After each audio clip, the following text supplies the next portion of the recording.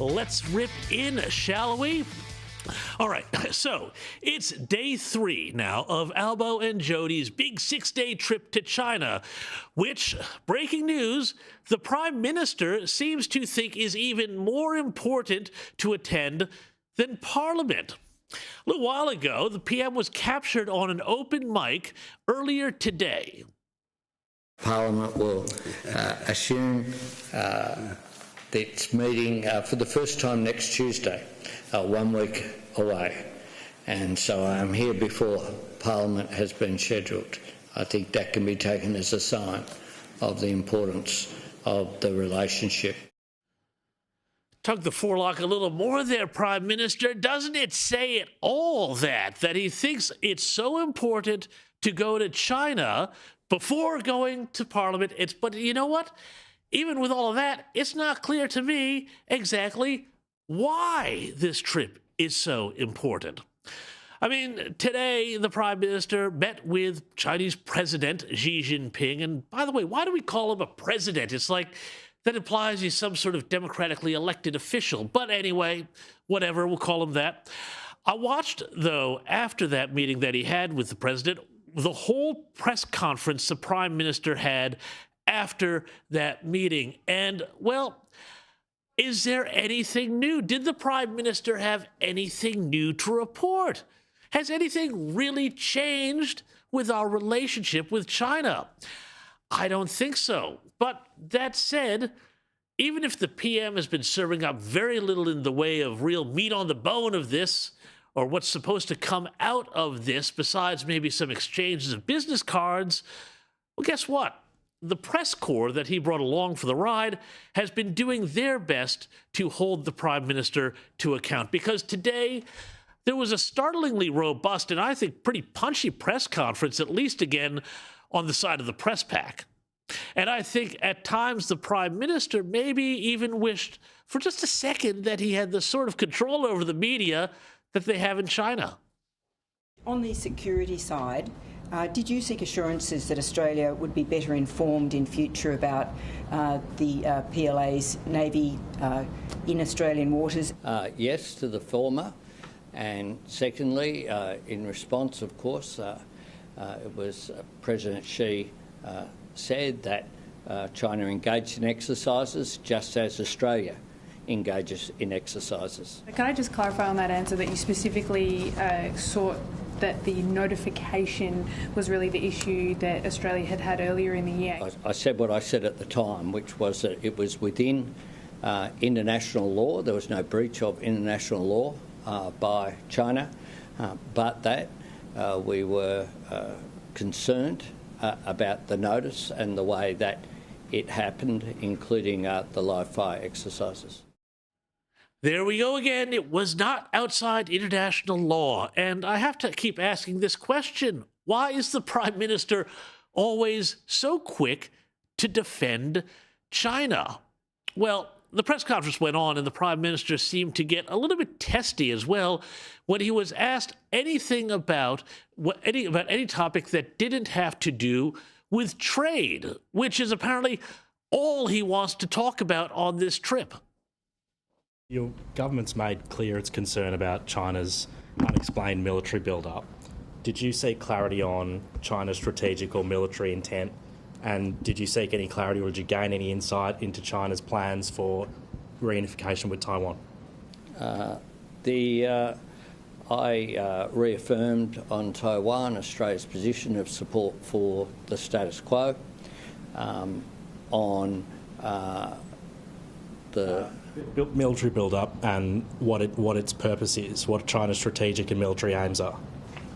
Well, you would be surprised if that was brought forward.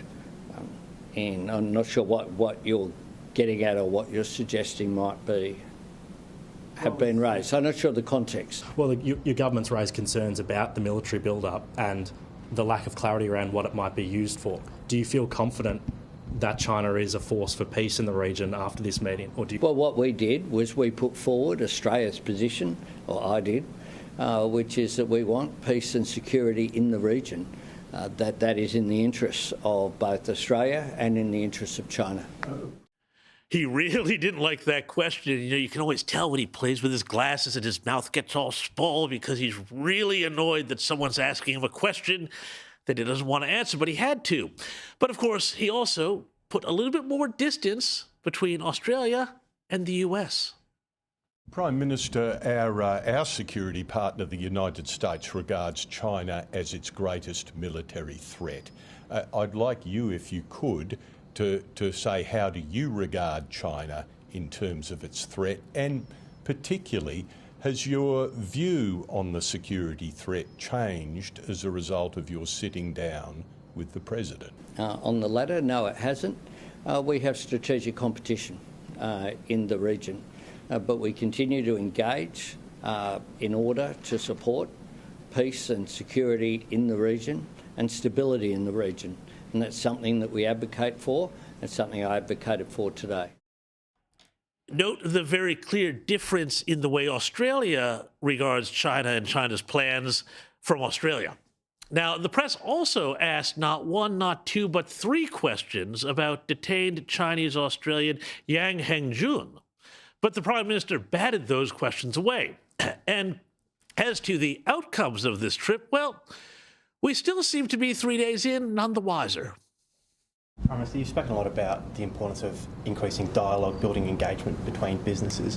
What tangible outcomes are you looking for example, with the free trade agreement from these talks? Well, you'll see some outcomes this afternoon. I will travel back immediately after this for the leaders' meeting with Premier Lee. But already what you've seen is a range of business-to-business relationships, if you like, coming forward. Some of those have been written about already. On the free trade agreement, one of the provisions, not unusually in the CHAFTA, the Chinese-Australia Free Trade Agreement that was signed by the former government 10 years ago in 2015, following the comprehensive partnership that was signed also by the Abbott government, was there's a clause in there for a review. That will happen because the 10 years has clicked in, so we'll engage in that. Did that make any sense to you? Do you know why he's there? Do you know what's going to come out of this? I still don't really, after all of that. Now, there was more to the press conference, but one thing is clear. The Chinese government was very happy with the outcome of all of this. Now, they didn't raise anything about U.S. pressure over our stance on Taiwan, and according to the Prime Minister, they also said nothing about the port of Darwin either. And strategically, that makes a lot of sense for them. You see, because for Xi Jinping and the Chinese Communist Party, their aim is to draw Australia closer to Beijing and further away from Washington, D.C. They don't need any of those issues getting in the way of that trajectory. And guess what? The Prime Minister seems more than happy to oblige on this. But frankly, I don't think this performance on his part is good enough. And it wasn't good enough either for opposition leader Susan Ley. The opposition leader earlier today was in Western Australia, and here's what she had to say. Well, the issue of Australians that are detained and human rights, and for Dr Young, this is something that I would expect the Prime Minister to raise because it is of great concern to many Australians.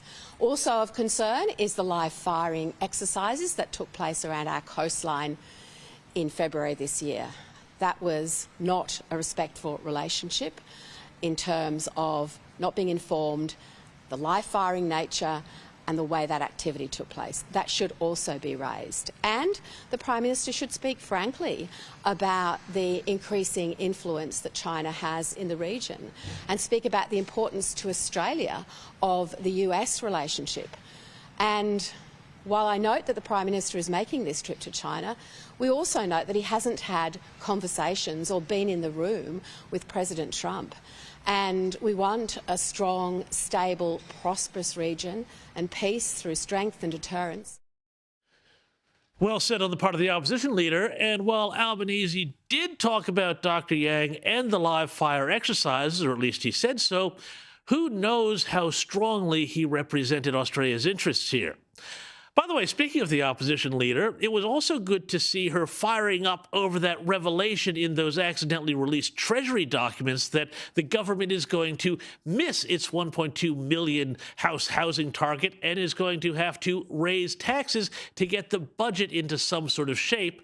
And also how Treasurer Jim Chalmers said that he was, well, relaxed about all that. Here's a bit of what she had to say there.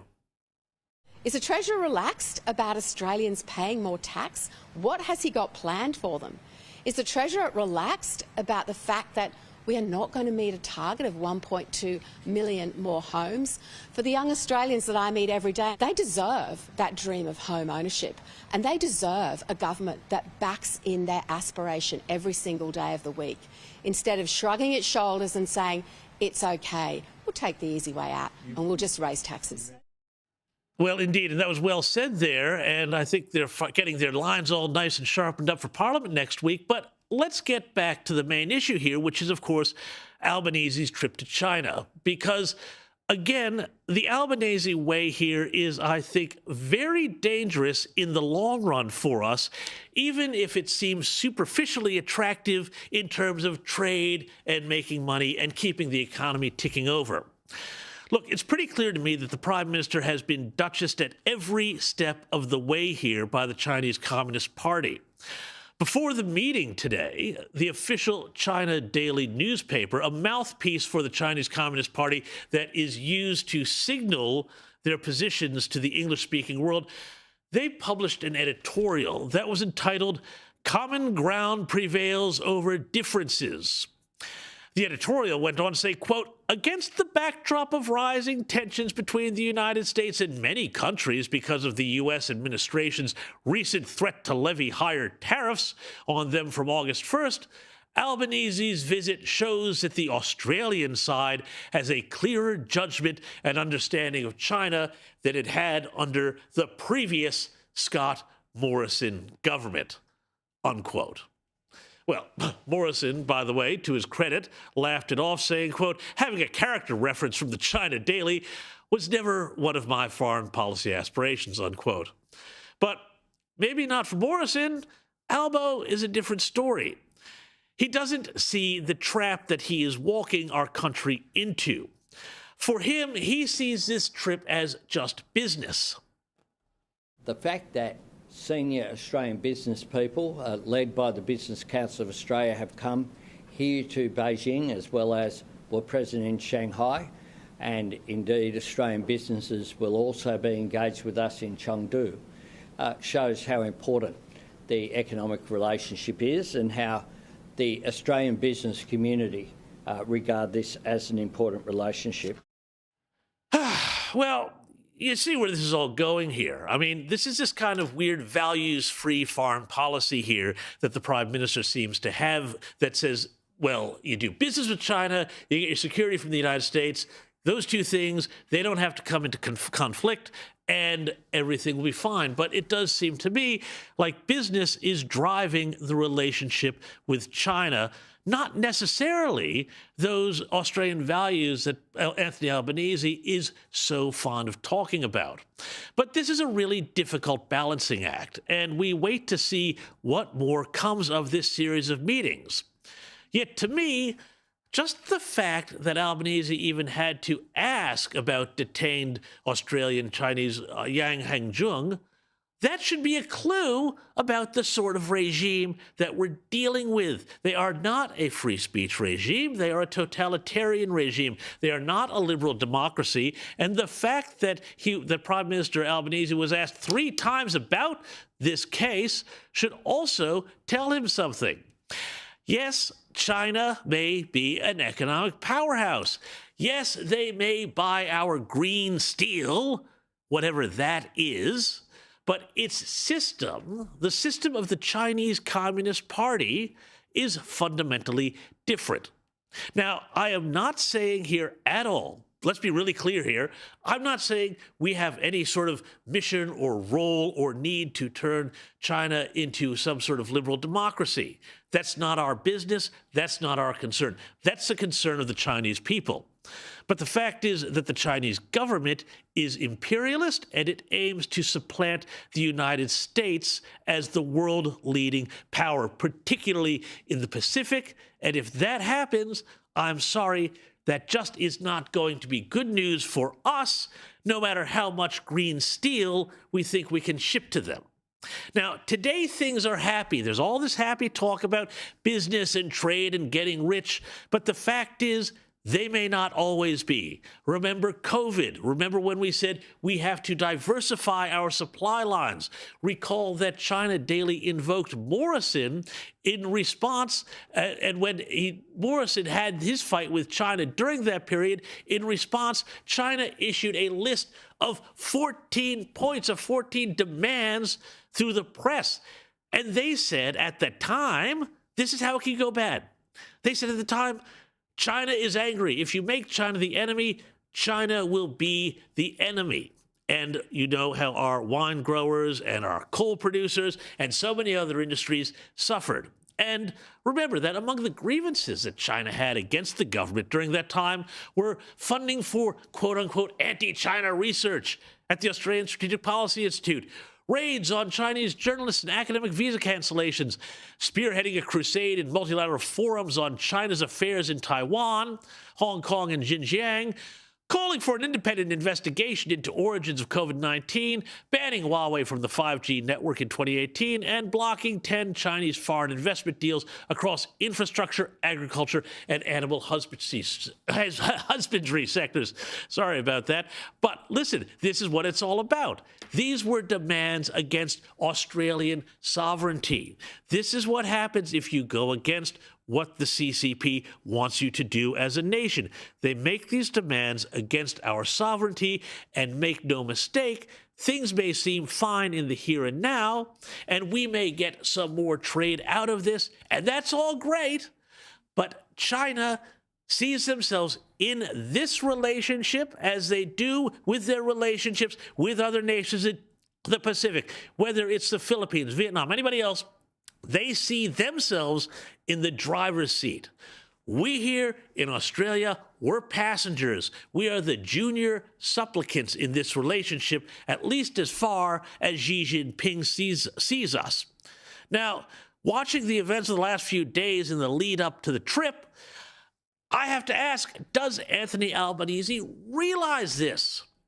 Frankly, I don't know. Anyway, look, before we go, there's something else I also want to talk about very quickly, and that is the autopen scandal engulfing the former Joe Biden administration. Now, you may have heard about this, that for some time there has been a controversy over this device called an autopen, which can basically replicate somebody's signature, in this case, the president's. And it has come out that this autopen was used to sign all sorts of things, pardons, you see it there on your screen, orders, all sorts of different presidential instruments that would normally be signed by his own hand. And the issue is whether or not Joe Biden, when he was president, legally signed key instruments such as these pardons, including thousands of pardons. Now, when President Donald Trump first raised the idea, and he did this a long time ago, that White House staffers in the Biden administration may have hijacked the autopen and used it to reproduce Joe Biden's signature, it seemed like an out-there conspiracy theory, designed more as a way to capture the vibe of Joe Biden's rudderless presidency than a statement of actual fact. Yet, as I always like to say, today's conspiracy theory is tomorrow's coming attraction. And now the autopen issue has gotten a massive airing in the very anti-Trump, pro-Democrat New York Times. Now, getting out in front of what is going to be a rather big congressional investigation, Democrats have gone there and given the story. And they have said, on the one hand, that the former president said he was across every pardon and order that was signed. Yet when you read the article closely, it reveals that in many cases, the president barely knew what was going on with many of these pardons, including some incredibly troubling ones that included grants of clemencies for Chinese spies and all sorts of other unsavory characters. As well, Biden's chief of staff, Jeff Zients, personally signed off on preemptive pardons for a number of people, including Dr. Anthony Fauci. Remember him? Well, he had actually also been previously, you'll recall, the coordinator of the White House's COVID response during the COVID pandemic. So who knows about that? But despite all this, Joe Biden said, "I made every decision," which is reassuring because everyone knows that politicians, whether past or present, and certainly not Joe Biden, well, they never shade the truth in order to burnish their legacy. So the only reason the device was used, apparently, was because he said, according to Biden, we were talking about a whole lot of people, a whole lot of pardons that needed to be signed. It even has the former president, who was generous enough to give the New York Times a full 10 minutes of his time over the phone to talk about the issue, claimed to be across the issue. The Times account suggested otherwise, with it admitting that Biden's staff said the president didn't really make the individual clemency decisions, that the staffers executed the signings were not present when he supposedly authorized them, and that in many cases these pardons or clemencies were granted as part of simply broad categories. Contra the former president's claims to the Times, the paper reported that Mr. Biden did not individually approve each name for the categorical pardons that applied to large numbers of people he and aides confirmed. Rather, extensive discussion occurred, and he signed off on the standards he wanted to be used to determine which convicts would qualify for a reduction in sentence. Turns out, the only pardon Joe Biden did sign with his own hand, well, that was the full pardon he gave to his son, Hunter, something he had promised not to do on multiple occasions before the 2024 election. So this is a fascinating story here, and we're going to see quite a bit more of it. Donald Trump, though, had this to say. Look, the autopen, I think, is maybe one of the biggest scandals that we've had in 50 to 100 years. This is a tremendous scandal. The people on the other side of the Resolute desk, I know them. Lisa, the whole group, and they're no good. They're sick people. And I guarantee you he knew nothing about what he was signing. I guarantee it. That may be so, and I think this is going to be pretty big, but at the same time, it's hard to see how, apart from further tarnishing Biden's reputation and raising more questions about who was really in charge for the 4 years of his presidency, anything here is really going to wind up changing.